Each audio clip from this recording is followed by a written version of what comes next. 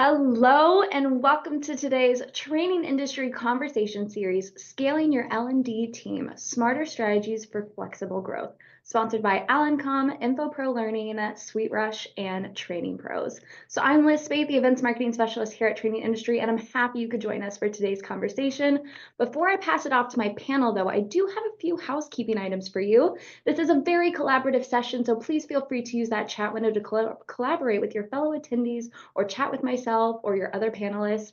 If so, if you can pull up your chat window and let us know where you're joining us from today, just to get started with that collaboration. And if you have any questions for our panel, locate that Q&A icon in your Zoom toolbar and submit those questions there. We will have dedicated time for our audience at the end of the session. And we also encourage you to share the information you've received from today, whether you would like any of your social platforms. So be sure to tag us so we can interact with you. And when this program ends, you will receive a short evaluation survey. We would greatly welcome your feedback. And today's event will be recorded and archived on trainingindustry.com, and you'll receive a follow-up email from us that will include the link to the on-demand program for you to share with your team. If this is your first event with us, this is a special welcome to you. We exist to make connections among learning and development professionals. We offer tons of resources to support your role in L&D, like live events like today's conversation series, as well as through articles on our website, our magazine, conferences, courses, research reports, membership, and podcasts. So if you're enjoying our virtual event, check out those other offers as well. And now to get started, it is my pleasure to introduce you to our moderator today. Michelle Eggleston Schwartz is the editor-in-chief here at Training Industry and the co-host of the Business of Learning podcast. And with that, take it away, Michelle. Awesome. Thank you so much for that introduction, Liz. And hello to everyone out there. And thank you so much for joining us for today's conversation, because it's sure to be a good one. As L&D teams continue to take on more and more responsibility, from upskilling initiatives to new technology rollouts, many are finding they can't do it alone. That's where external talent comes in. But when you need extra support, what's the best way to bring it in? Should you add temporary staff to your team or bring in project-based partner? So today we're bringing together experts from top staffing and outsourcing providers to discuss these options. We'll talk about when to use staffing versus project-based sourcing, how flexible talent solutions can help you scale without growing your headcount, and even explore career opportunities for L&D professionals in this space. Plus, we'll take a look at key outsourcing trends shaping the future of our industry. So we're very excited for a great conversation today. So let's meet our panelists. We have Shanir Mersan, a relationship manager at Training Pros, Kathy Sands, a senior talent solutions consultant at SweetRush, Nolan Hout, Senior Vice President of Growth, Sales, and Marketing at InfoPro Learning, and Ron Zamir, CEO at AllenCom.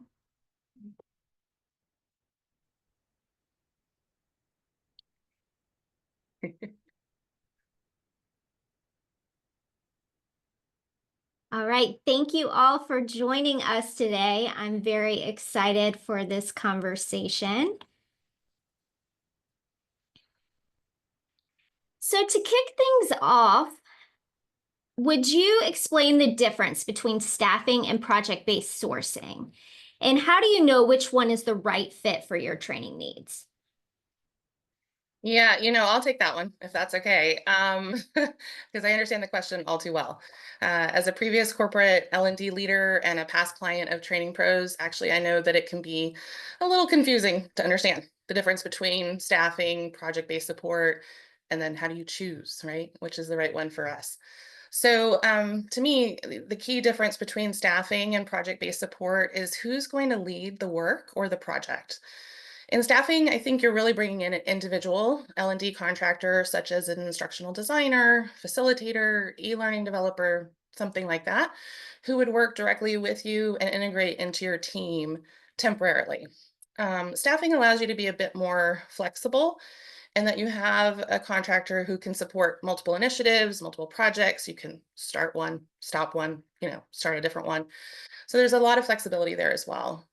To me, project-based support is when you're basically saying, here you go, and you're handing over a larger project or body of work for a partner, like one of us to manage, right? So you'll be involved and you'll collaborate, but the day-to-day management would really sit with the partner. And so for me, when you think about which approach to go with, I think the first part that's really important would be to partner with a trusted advisor. It's essential. Someone who's an expert in the space, who's walked in your shoes. There's been several times I've met with clients or prospective clients who they're like, Shanier, I don't know which is the best approach. What options do you have? Things like that. And so we'll discuss the work or project in detail. We'll come up with best solution for them, the customized solution for them and what works for them. So typically, if just to get back to the original question, if you just need extra hands to execute the work, then probably staffing makes the most sense. But in instances where you have a larger project or you don't have the internal bandwidth, not that any of us would know what that is like. But if you don't have the internal bandwidth to oversee the work, then project-based might be best. But those are just my thoughts. I'm curious what others might think. If I can jump in, and I agree with Shanier on everything, but I will say the lines are blurring. I mean, if I look at the past 10 years of supplying these type of services, the difference has been how clients manage their day-to-day. And we find a lot of clients used to manage their day-to-day with actually bringing contingent staff and bringing in project-based work for spikes of work. Sure. But now with the multitude of great contingent workers that are out there, actually companies are managing their spikes with temporary staff. So the usual answer was, do you need it for the day-to-day? Do you need it for the spike? I can tell you what's the best fit. That's kind of blurred a bit. More often, I also think cost have come into play. And I think that's something important for the listeners. Sure. A lot of times how your budget is created for you or how you create your budget will define what kind of solution you're looking for. We can say in our analysis, we've analyzed now for the past almost 12 months different projects and staffing solutions.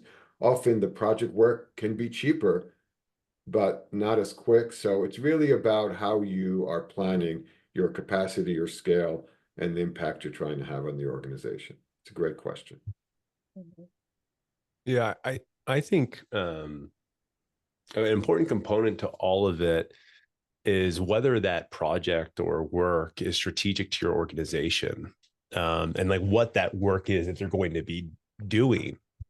I think right now a big challenge that a lot of L&D pros are having, and it's cyclical. We saw this with IT. That's where I started my career about 15 years ago, where slowly IT wanted to become not just a maker of widgets, but holding the strategy for the organization. And then they would leverage either temporary resources or vendors or whatever to do that other work.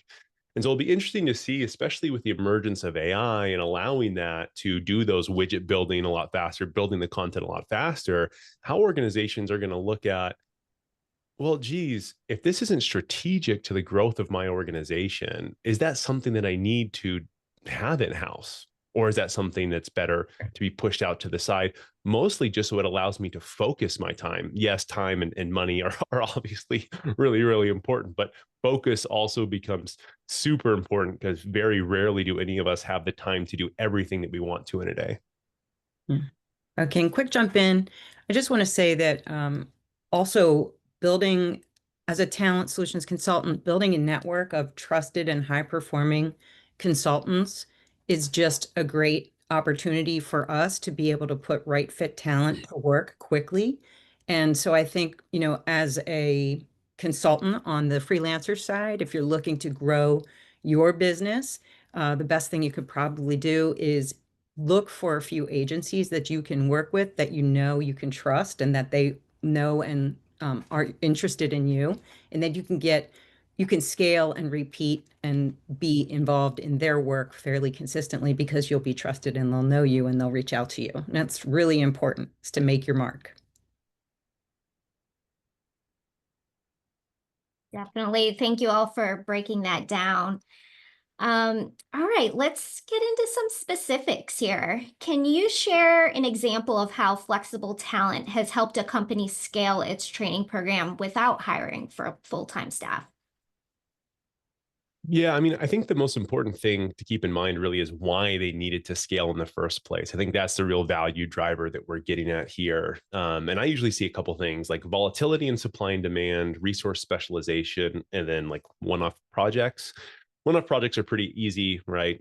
We had a huge sportswear company in Oregon say, I need to roll out a point of sale software across all 175 stores, and I've got 6 weeks to do it. Now, it doesn't make sense for them to skill up 25 trainers, create a travel plan, everything else you can think of associated with that program, and then have these 25 people go on the road. I mean, the project lasted 2 months. Doesn't make sense. It's a one-off project. Really, really easy for them to scale up, meet that demand, scale back down. You don't need those resources anymore. So that's one, like a one-off project.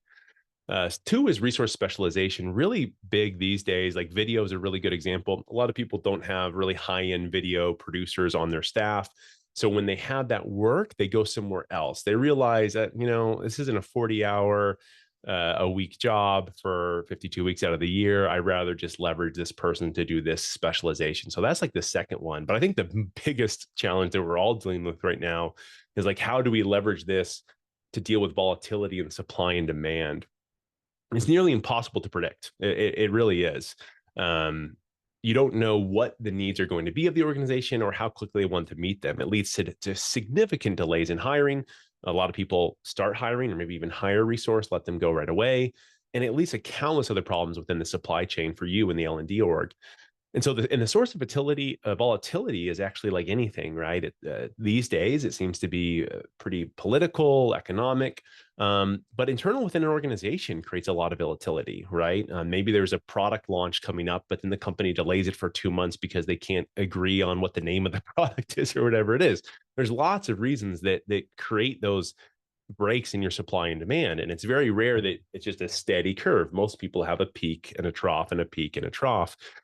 What we did to overcome this great issue is created something called Studio on Demand. And what that does is it shifts your resource cost to less of a fixed model and more of a variable model. And in this model, we help organizations understand the baseline of demand, right? So if we have a peak, there's a lot of demand, a valley is low. We go, what is the valley? And we create a team that supports you at that valley. As you have a peak in demand, the team scales up in real time. As the demand falls back down, the team scales down. And the beauty of the model is you're only paying for the valley. As that peak comes up, that's all, there's no commitments. It's all time and material, hourly rate. So big project comes, hourly rate, you have 10 more resources, 15 more resources. As soon as the project's done, you have 0 resources. So it really helps those organizations dealing with this volatility in supply and demand, which I think is probably the number one challenge when it comes to resourcing these days. And one of the biggest values we provide, that maybe put very simply, as demand is coming more variable, your resource model needs to follow suit. Yeah, I mean, the biggest danger we have in our industry is becoming transactional. And I think that we for years hesitated in entering fully into the staffing space because it was way too transactional. And the cost of bringing in people, replacing people wasn't doing a service to us or to our clients. That changed around 7, 8 years ago when we realized that you can help jumpstart your clients in ways you cannot do with a project, to go to the first question. And don't make it transactional. The case studies we like presenting to our clients are those case studies where we've done across multiple industries, where we help them onboard the team they need to get started. If it's been around, like Nolan said, around a new infrastructure or technology, but often it is about establishing a new L&D team. I mean, we're seeing more and more, for example, in pretty large organizations, change management and marketing getting more responsibility to overlap with L&D. And L&D needs to jumpstart its own change management process, or have better people to do communication, or they've purchased a new system. We had a large client that recently purchased Domino, and they need to quickly upskill their teams. So we gave them contingent workers first, while they then had the time to upskill their team to handle the new technology they had acquired. So working in that space between what I need today and what I need tomorrow is a good way to turn this into less transactional and more impactful on your client.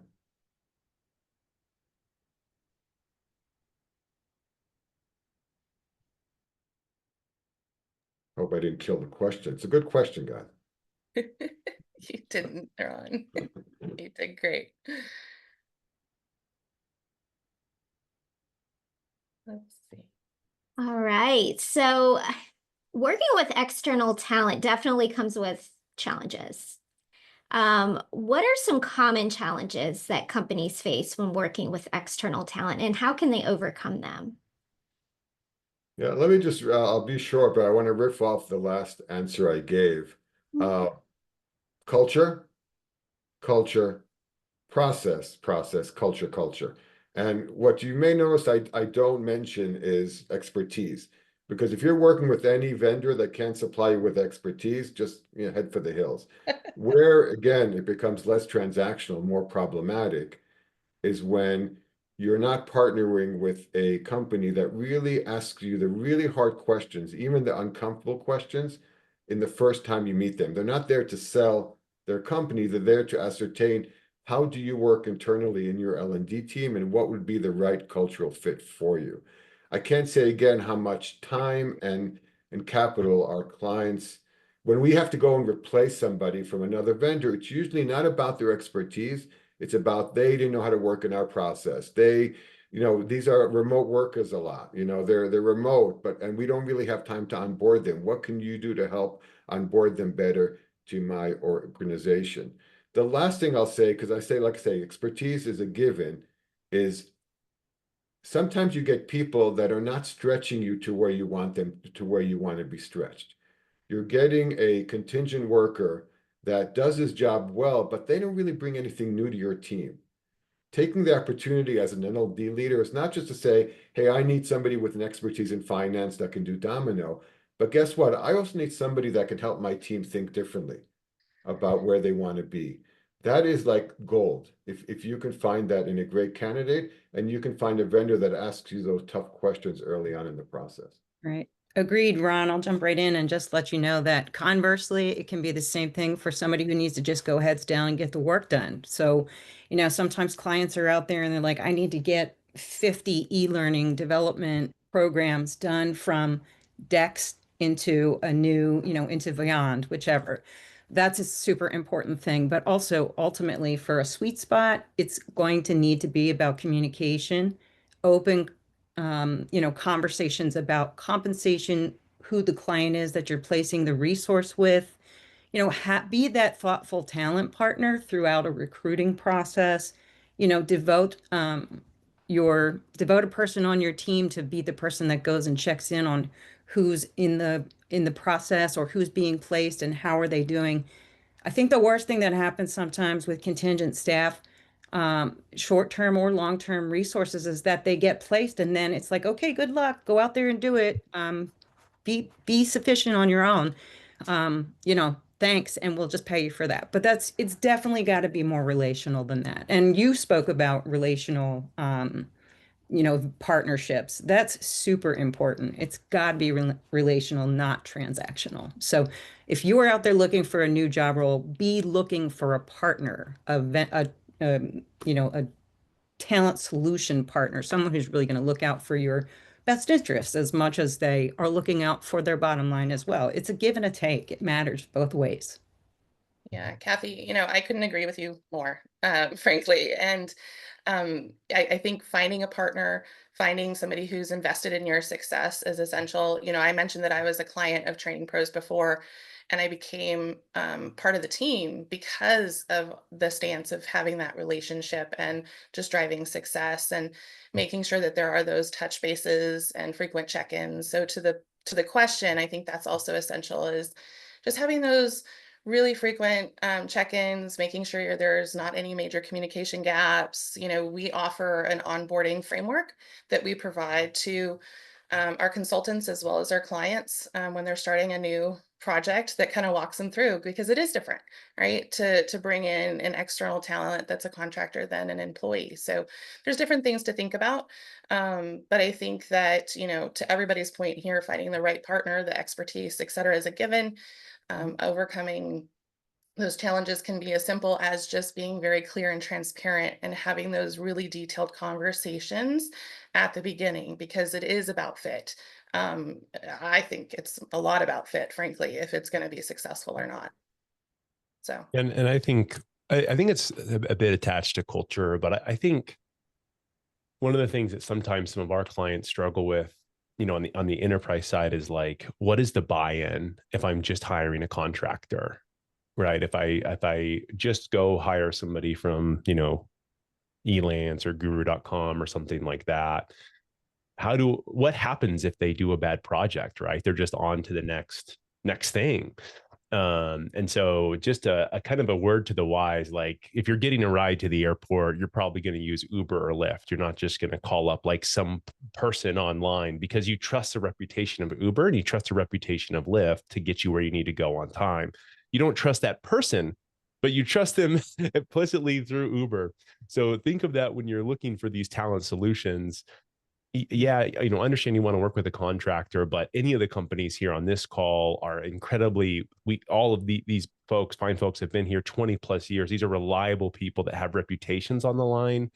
Highly recommend going through one of them, or, you know, me obviously, but I think that can't be overstated, especially for those of you large enterprise kind of clients on the call that have maybe a lot to lose if they fail. Yeah. fair point.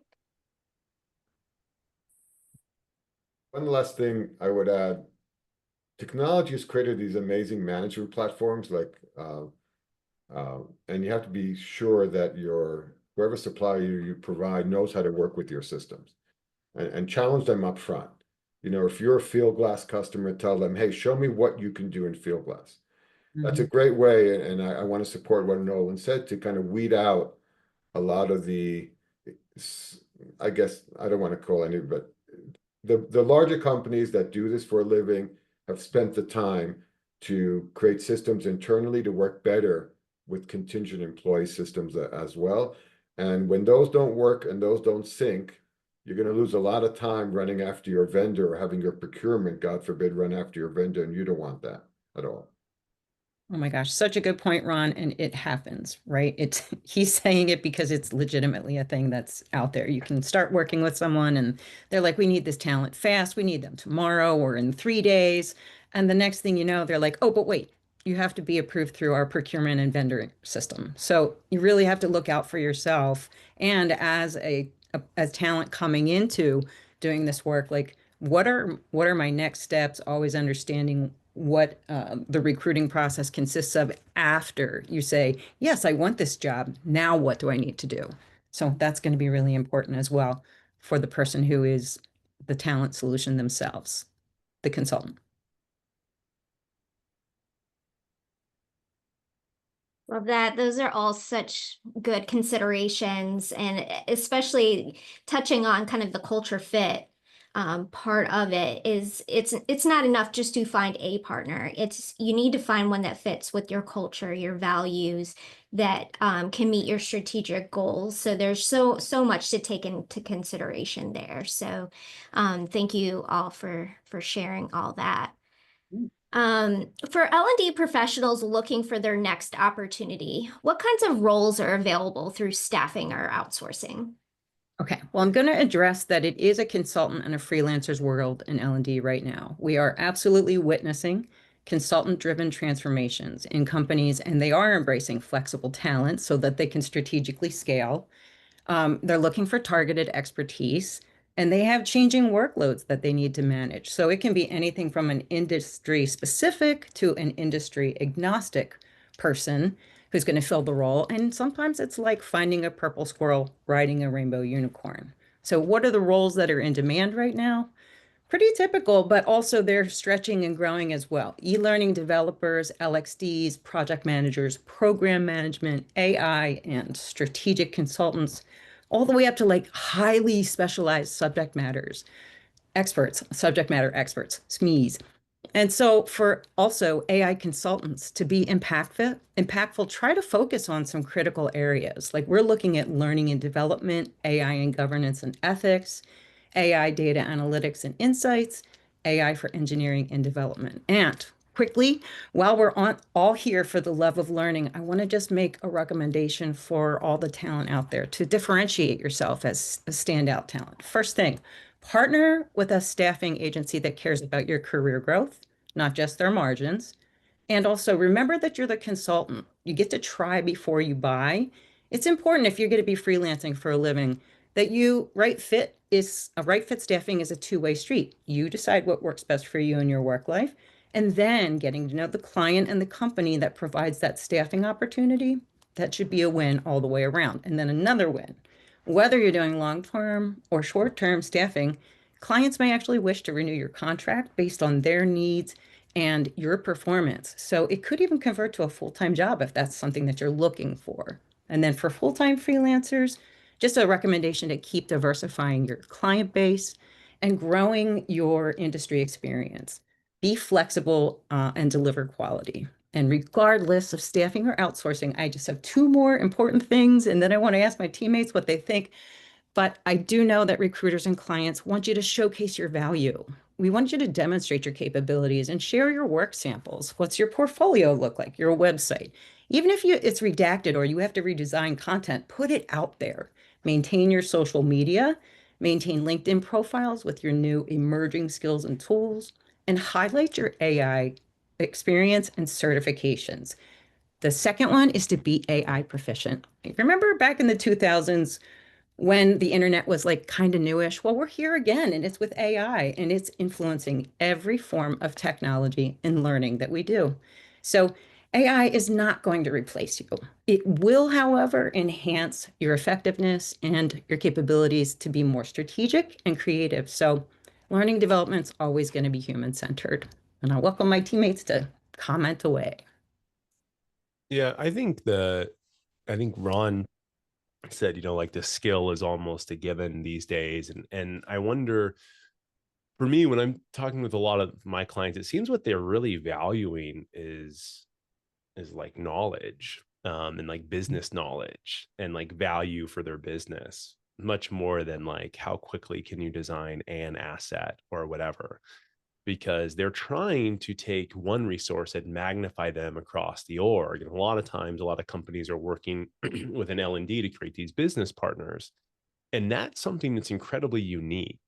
There's a lot of people and there's a lot of tools out there that are now starting to do a lot of the ID work and the video work all day.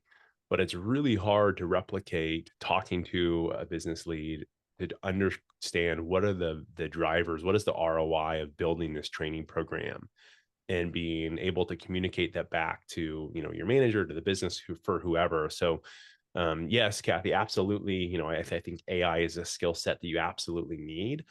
And being able to leverage that is a real showstopper, I found. But what I think can really try to set you apart that I don't see on everybody's profile is kind of your ability to connect to the business. Mm. If I could take that slightly different angle, you're going to be asked to slip into a job.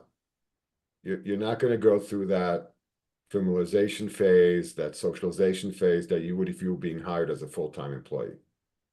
And one of the things we do, and I learned this trick from our recruiters. Again, I don't do this day to day, but when I ask them, what's the one thing you look for in a candidate, they'll say, like I said, that their ability is a given, right? I'm not going to interview them if I can't ascertain quickly in the first few minutes that they have the capability. It's based on their past. How easy can they slip into the job? Mm-hmm. And that can be a bit ephemeral. And when you couple that with the stuff we already spoke about, everybody here spoke about the issue of culture, that's when you get a successful match. So if I'm going back and saying, when I talk to some of the people I know in the industry, amazing people that are now have their own shingles, and they ask me for advice, what can I do to make myself a better candidate, is stress how you were able to slip quickly into a job.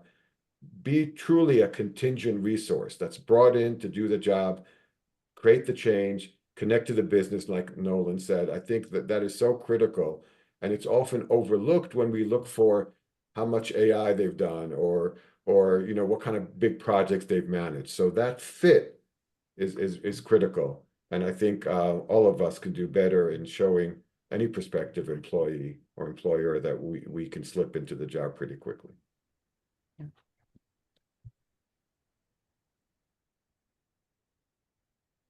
Definitely. Thank you all for sharing.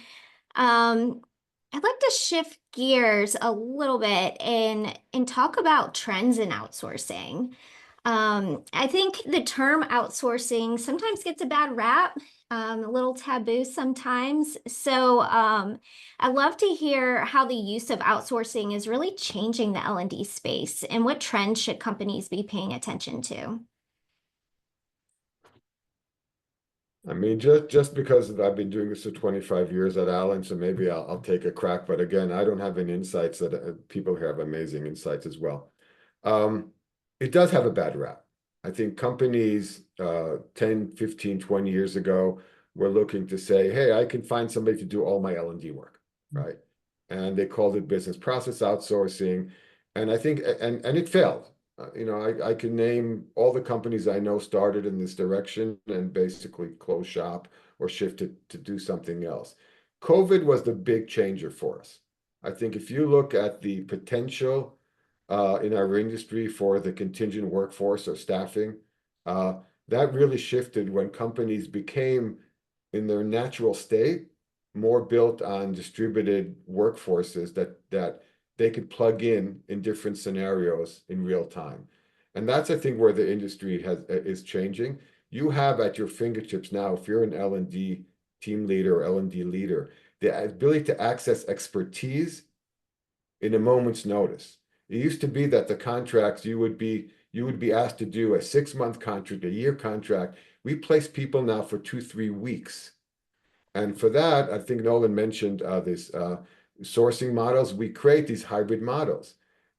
Companies then have that ability to find vendors, like the vendors on this call, that can provide hybrid models where you can access somebody for 6 months, but now you need 3 more people for 2 weeks. You can get them in there. So hybrid models is a big change in our industry. I think the supply, I think Kathy mentioned the great supply we have now is amazing. And I'll say one last thing, which is more of a warning sign. Every company has their own governance models when it comes to their intellectual property, and especially now when it relates to their AI governance. Be very careful when you ask your vendor to onboard that contingent employee, that they are fully versed in what your governance models are. We've seen, sadly, some cases where we've had to replace people very quickly because we felt they weren't cognizant enough of the sensitivities around AI and other things. So I think there's great opportunity, but also I would caution that you really got to spend the time challenging your partner, your vendor, to really make sure they find the best candidate for you that can live within your environment. Yeah, I mean, I agree with you, Ron. I think, though, I'm seeing a lot of creativity in how people are leveraging, to your point about hybrid scaling up and down, right? They're getting creative. It's not just a one size fits all type of solution anymore. And I think, to your point about AI and all of the tools and techniques and things like that that are just rapidly changing. I'm also seeing that, you know, people or clients are feeling like it's easier to bring in somebody with that expertise than to upskill their current team on something that frankly may be obsolete in 6 months to a year. Who knows, right? Because everything is changing so quickly as it is in AI. So we're seeing a lot of that as well. And then sometimes, you know, to get back to the original question, I'm also seeing it where a trend where we're bringing in expertise to help upskill, right? So it's not just giving them time to upskill their internal teams, but we've got great talent that wants to share their knowledge, right? They love developing people. Not everybody, but a lot do, right? So we'll bring in those as well who take the time to educate and kind of mentor along the way the client's current team and help upskill them as well. So it's another trend I've seen. Yeah. Shanir, I want to just quickly say the one thing that's also important when the market is flooded is to really value people's time when they are, in front of you and you're talking about their work life and their experience. It's going to be important to find the right fit match for your staffing solution. But that person is probably out there looking for how they're going to pay their rent, maybe their mortgage, and they might have been downsized or caught up in an entire learning and development department being laid off. So I always want to put it back to the people and think about the resources. It does matter to me, and I think to anyone who's worth their weight in salt, who's a talent solutions consultant and who's talking to people about putting them in the right place at the right time. It matters like what you're doing and how you're feeling. So I just want to validate that it is a difficult time. The economy is a little bit tough, and the market is full on with great, great resources. So don't give up. Keep going out there and reach out to people like me if you want to ask for advice or different. I'm always open to answer questions and to be there. I love coaching people through their job search process just to make sure you're doing the right thing for yourself and getting involved in the right talent solution with your staffing partner or for a client in general. Yeah, I think one of the big shifts, I talked a little bit about it earlier. I think leveraging vendors, and I think every kind of industry goes through this arc. It was almost like a necessary evil of like, oh, I don't want to do that. Like, I don't want to clean up the dog poop in my backyard, so I'm going to pay the kid down the street $10 to do it. Where I am seeing the biggest trends, and actually, if I track CLO movement from company to company and those that are progressing in their roles, I'm noticing it's those that are leveraging outside help in whatever form that might be as a true value add and as a partner. They are able to propel their business much faster through all the things that we talked about today, all the clever models that we're creating to work with people, to be more variable, to be more flexible, to save cost, to leverage AI, whatever it is. But I think people are realizing that the speed in which they can operate internally is only at a certain level. And so if they want to have a sea change overnight, they're going to have to bring in somebody to help them navigate that change. And so I think there is, and from what I'm seeing and when I'm talking to my clients, especially almost a shift in idea of how I look at my vendor from a necessary evil that I have to pay to maybe this person actually has some really good insight to help transform my organization. Because let's face it, I mean, you're packed into your organization, right? When you work with a company like us or whatever, or InfoPro, whoever, you're getting the value of every organization they've worked with, all of their experience as well. They're really a thought leader and you ought to leverage them more. And I'm excited to see more people doing it.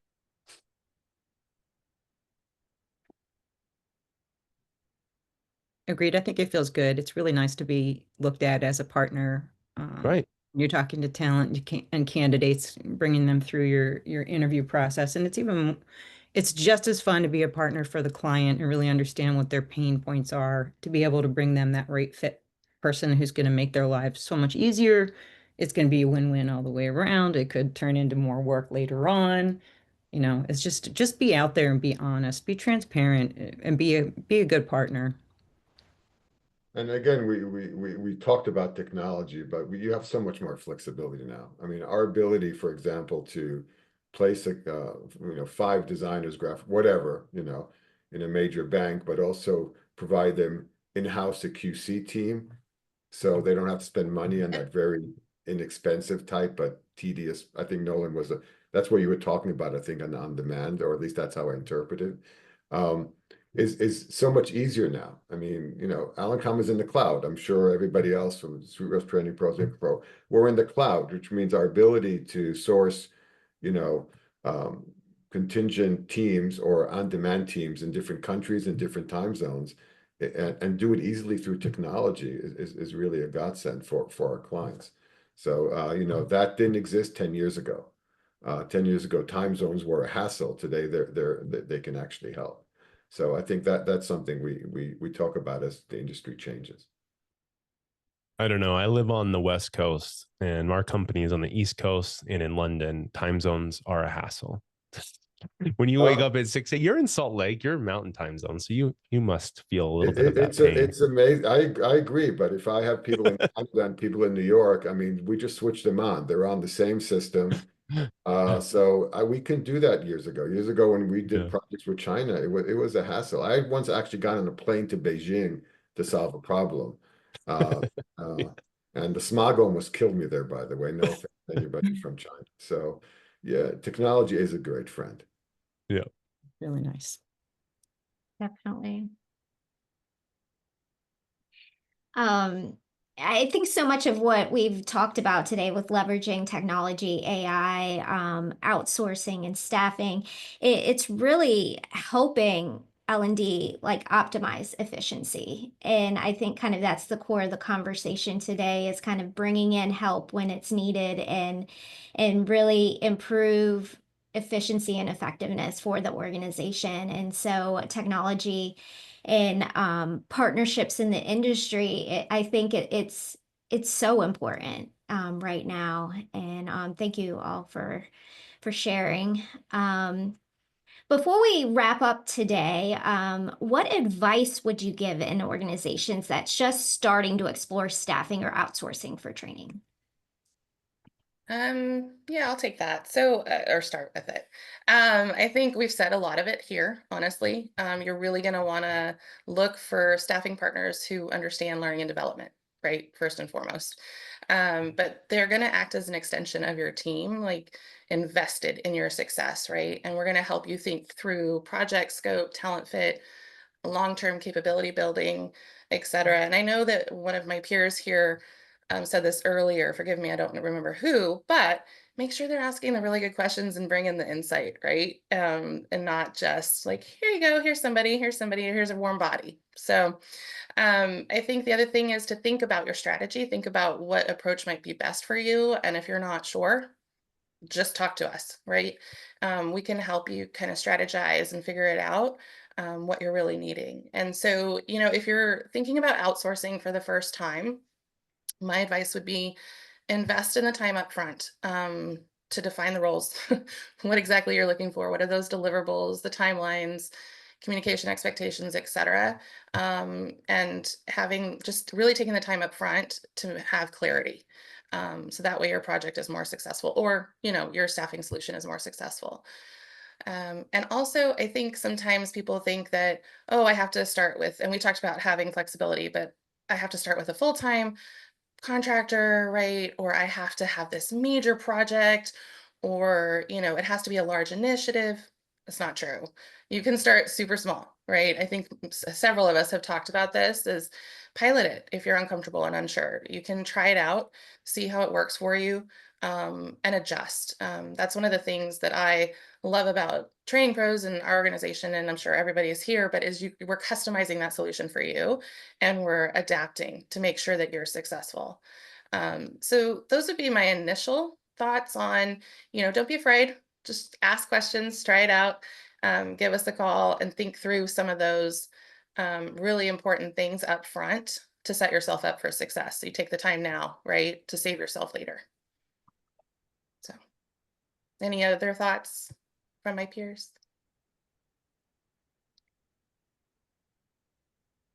You're not shy people. I mean, Well, you gave such a great answer. We don't want to, Agreed. thank you, Ron. Loved it. No, you did. I mean, starting small is something that we've seen that mistake where you start big because suddenly your team has been demolished. I mean, let's be blunt. We've seen this happen.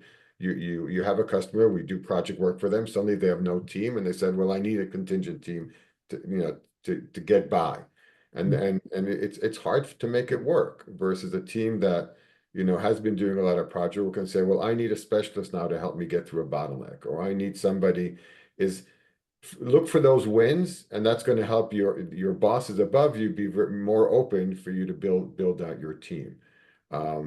But again, I mean, we're all good vendors here. Not every vendor is the same. You will find the one that matches what you're looking for. And if it's either their expertise, their ability to be more flexible, their cost. Let's be very blunt. There's different costs out there. For resources, there are trade-offs, which we haven't talked much about, offshore, nearshore, and onshore. Those are all things that you have to consider. And just to add on that real quick, and then I'll let somebody else. You can combine us, right? So there may be parts of what you need that I'm really great at, other Mhm. parts that Ron's great at, or his team, right? So it's okay to work with multiple vendors too. Just food for thought. Yeah, Ron does email all day. You don't want me doing your Okay, important. not Ron, but Not Ron, but the team. Yeah, yeah. maybe Kathy. Last Uh, time I designed a course, it was in the early 90s. That gives you a oh boy, MS-DOS. You have to share. Please share it that was a with me. microplate. It was Apple IIe. Oh wow. Okay. It was earlier than that, I don't even know what that is. Chenier, oh no. Well, Chenier, I definitely wanted to add to just one thing that you said, and I also saw a comment earlier about the expense of outsourcing talent. And the bottom line there is know what you need, right? Like if you know you're going to be able to backfill this role temporarily with someone on your team, then do that. But the bottom line is if you absolutely don't have the talent to do what you need to do, the key is going to be to get good talent in by using a great vendor partner, staffing service, talent solution. And those who adapt and adopt, they're going to save time and money because they're not going to have to look for that resource. They don't have to start from uncovering what the job description should look like, posting the job description, reaching out to people, networking, interviewing, evaluating skills, assessing skills. All of those things will be done by your talent partner, and that saves a lot of time and money up front that you can go be applying yourself to your work and your work efforts. So you'll be effective, and your talent team that you're trusting to bring the right fit resource to you is going to do a great job. And then you don't have to worry about leaving all that money behind because you'll save it up front and then you'll pay for the resource and it'll all work out. It'll be a win-win situation. Yeah, I think in terms of like cost, I guess I keep coming back to this idea of trust and trust in your partner. Um, I think that's probably the biggest piece of advice I would, I guess I have two. One is trust. And when I say trust in your partner, so many times I'm talking to clients and I'm like, what's your budget look like? And they're like, oh, well, I don't know. And then I send them, they get a proposal and they say, that's way too high. My budget was 100,000. And it's like, oh, well, now that I know, I'm in a much better position to help you. Like I didn't know what you were looking for, right? I tell people it's the equivalent of going into a car lot and saying, I just need 4 wheels. True. So It's like, true. oh, great. Well, there's a Lamborghini. Oh, I can't afford that. Okay, well, there's a Civic. Now we're talking. Yeah. Be really upfront and on it. There's really no I mean, I've actually met somebody from each of these companies. I can't speak to every company. Nobody is really out to job you over. Like we just really want to do a good job. We want to have value for your business because most of us are after a very long relationship, right? Our clients, we don't want there's only a finite number, right? We work with enterprise, like word gets around. We're not after trying to, and most companies are not after that one project to be in and be out. They want to develop a long relationship. So so trust, especially when it comes to that budget, because that helps frame the solution and frame the conversation. Eh, and another thing I would also be trustful about is if you're feeling uneasy about something or if you're not liking it, say no. Just say no, or I don't like that, or maybe we should try something else. There's this great book that just came out, came out a couple of years back called The Jolt Effect that essentially just said volatility is so high that people are afraid to judge the status quo. Like they're afraid that if they put their neck out there and do this new project, that's going to expose them. And if they say, I'm going to work with InfoPro and spend $500,000 to improve ROI by 30%, they now are on the hook for 30% ROI, even though they know the current solution is a negative ROI. So be upfront, talk to your people about your fears, your budgets, your concerns. If they have incomplete information, you're going to have an incomplete solution. So that I think for me is like the number one thing. The second thing that is somewhat connected to that, and I'm going on, but everything has to connect to a business ROI, like a business driver. If you're especially when the money comes to outside. When it comes internally, sometimes I think it's easier to hide, or it's easier to say, yeah, I need an instructional designer because they're going to work on 10,000 different things. They're not asking specifically this. I have found, especially these days, that when you're looking to cash a paycheck, or send a paycheck outside of the company, not to an employee, sometimes they do get a little bit like, okay, fair enough, but what are we getting back from that spend? And if your partner is working with you in unison, they should actually help you build that together. What is that ROI statement? They should work with you on that. So those are the two things in mind. I only wish clients always had an ROI statement. I mean, it's been the holy grail of our industry. I've been amazed when I have to, when I do my weekly with a lot of our consultants, is have you given the prospects, the clients, options? The fact are that budgets are defined usually not by the teams who are calling us. They don't define their budgets. So the key in a great vendor is coming in with options. And when you have a vendor like those here, I mean, that also have project teams that they can utilize, that can also have offshore, nearshore, and onshore options. You can work in many budgets and still both sides get value. Again, assuming you could find the right pick, right, with the right culture. Let's be blunt with that. Doesn't matter how much you spend, if it's the wrong hire, contingent hire, it's going to lose its value anyway. So providing options, including, and we've had to do this, is saying, you've asked us for 6 resources, it's going to cost you X, Y, Z. Guess what? If you just asked us to do the project, it would be quicker and cost you half, or vice versa. You're having us bid on a project which is very production based. Why don't we just give you 3 resources, save you time and money? When you have a vendor that's willing to step up to that level, and it's not easy because sales guys are sales guys, but when you have the right process in place for your team to do that, the other side will see that you're a reputable vendor to work with. Give your clients options. 100%. Love that. That was some good advice, y'all. All right. So I think we have a little bit of time for some Q&A. So Liz, what do you got for us? Yes, I'm back, everybody. That was an amazing conversation. So let's get right into it. I know some of you guys addressed it in the chat, but I want to kick it off with Emily's question, which I saw Nolan and Ron, you kind of chimed in the chat. So I kind of want to throw this question to either Kathy or Shanier, but please, jump in afterwards if you would love to add more context. But it's kind of 2 questions. So are there efficiencies you can offer with external resources? And are work estimates for contract based on industry standards? Could you repeat the second half of the question one more time? I agree. Right. Are work estimates for contracts based on industry standards? ? Oh, that's a tough one. I'll go and then Shanier, please join me. Are costs based on industry standards? Yes and no. So that's why it's a tough question. It's going to be based on the level of skill that someone's going to bring to the table in the learning and development industry. I mean, that's what we do, right? So I want to just say that what matters is if the client wants a end-all be-all resource that can do all of the things, then the cost is going to be according to that level of experience and expertise, right? So, and that's a coaching, guiding conversation you can have with your client as well, because sometimes they come to the table and they're like, I just need this fixed. I don't, whatever. And then all of a sudden you're having a conversation that they need like an end-to-end curriculum design or a redesign. And that requires way more than a learning experience designer, right? So it's always a conversation. It can be based on industry. Some industries cost more than others. We know pharma is big money out there.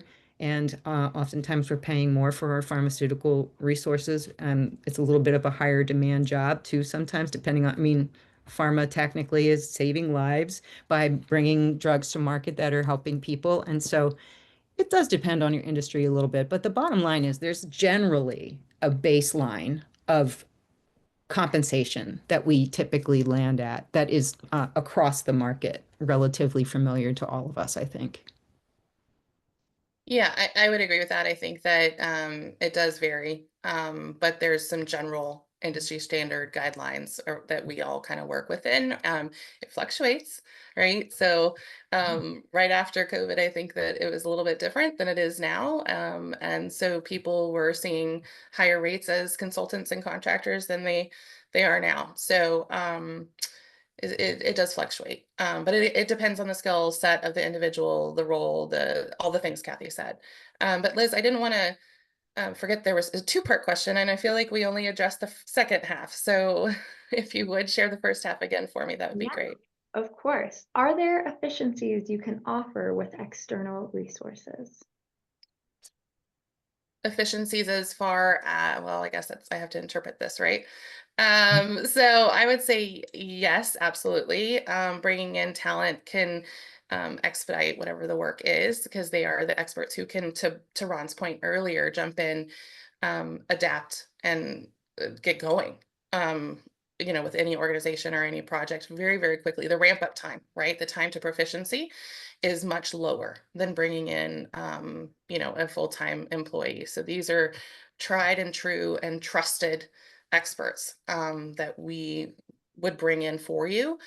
So obviously there's that time to proficiency.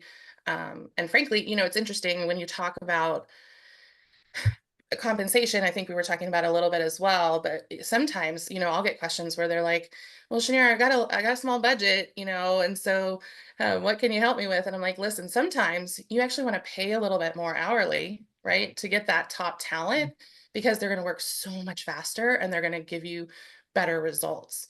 So educating everybody on that too, I think, is important, because you're going to get to that result faster sometimes by paying a little bit more per hour, but you're going to spend less hours doing it. So hopefully that answered a little bit of that question.